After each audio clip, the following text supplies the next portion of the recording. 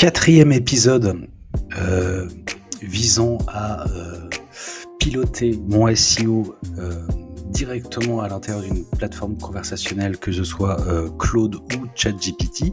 Là, le précédent épisode, on était sur ChatGPT. Ici, on se retrouve à nouveau sur Claude comme pour les deux premiers épisodes.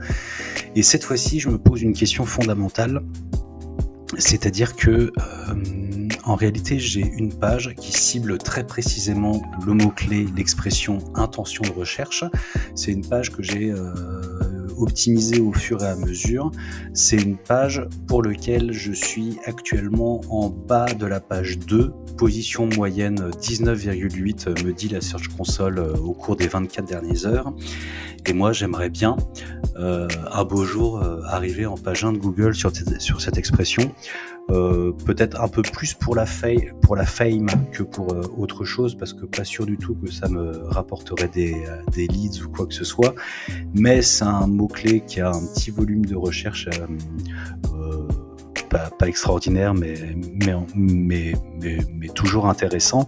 Et en plus de ça, j'ai l'impression que ça validerait quelque chose pour mon site si je commence à pouvoir me positionner sur des mots-clés qui sont connus de tous dans le domaine du SEO, sur lequel vous avez à peu près les plus grands acteurs qui sont en page 1 de Google.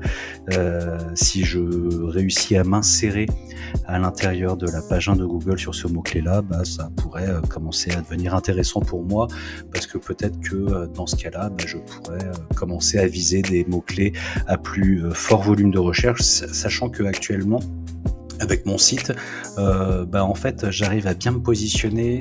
En fait, toute ma stratégie SEO pour mon blog personnel consiste à me positionner, à identifier en fait des tendances émergentes et des nouveaux mots-clés pour pouvoir me positionner dessus.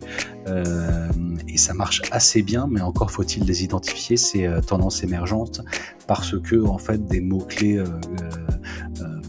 très connus dans le domaine du SEO, j'ai l'impression que quand on est un acteur comme moi, alors c'est peut-être plein d'excuses que je me donne, mais c'est un peu compliqué d'apparaître en page 1 de Google.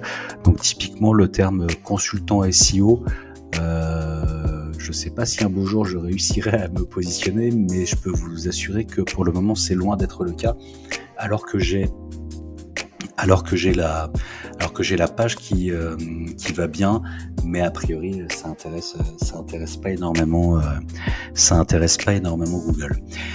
Mais la question que je me pose par rapport à l'expression intention de recherche et par rapport à toutes les pages qui sont déjà positionnées en page 1 de Google consiste à me demander, mais est-ce que finalement les pages qui se positionnent en page 1 de Google sur cette expression, elles sont là depuis longtemps déjà, ou est-ce que certaines sont relativement récentes? Je vous dis ça parce que en fait, si toutes les pages qui sont positionnées en page 1 de Google, elles ont 10 ans d'ancienneté, je vais passer à autre chose. En fait, ça servira à rien. Ça voudrait dire que c'est une page de résultats qui bouge pas trop. Les acteurs, ils sont installés depuis des années. Il n'y a aucun nouvel acteur qui arrive à s'insérer en page 1 de Google. Donc moi, j'y arriverai pas et autant passer à autre chose. Pour ça, je vais donc utiliser mon fameux MCP pour identifier l'âge des différentes URL positionnées en page 1 de Google sur l'expression intention de recherche, afin de savoir si je peux réussir à m'insérer dans le trio de tête. Bon, je lui dis ce genre de choses, je lui file directement les URL parce que sinon ça va m'utiliser un petit crédit de l'API Data for SEO, et a priori juste en lui disant ça, il va savoir quelle fonction, quel outil utiliser dans MCP sémantique.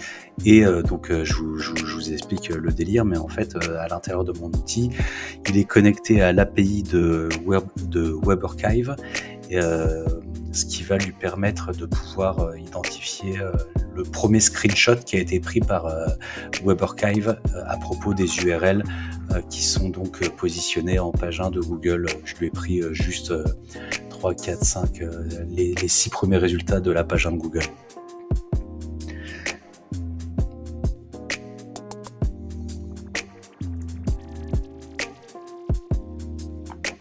Alors, il me renvoie enfin les résultats. Alors ça aurait été super bien parce qu'il les a dans les données, dans la réponse que lui renvoie le MCP. Il a les URL, les fameux screenshots des différentes pages, les premiers screenshots des différentes URL. Donc comme ça, j'aurais pu vérifier. Et donc ce qu'on peut vérifier, c'est que visiblement cette URL-là de l'agence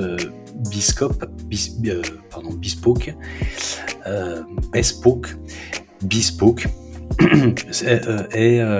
est finalement assez récente, 6 mois et 10 jours.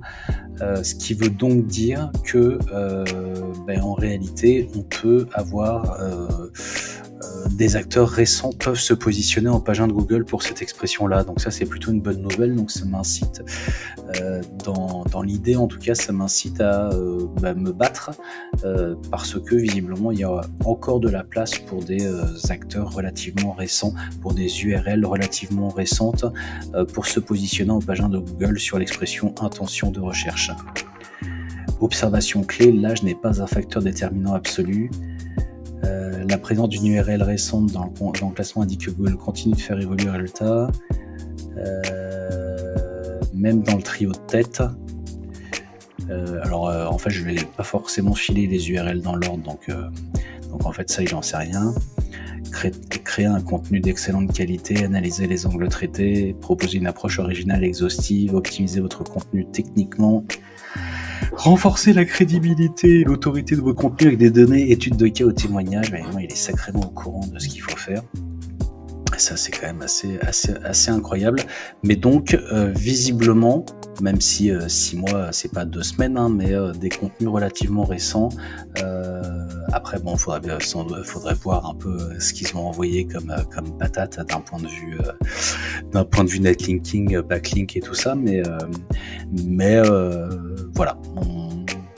C'est pas l'âge, la SERP sur cette page de résultats de Google n'est pas complètement figée, et ça, c'est quand même une sacrée bonne nouvelle.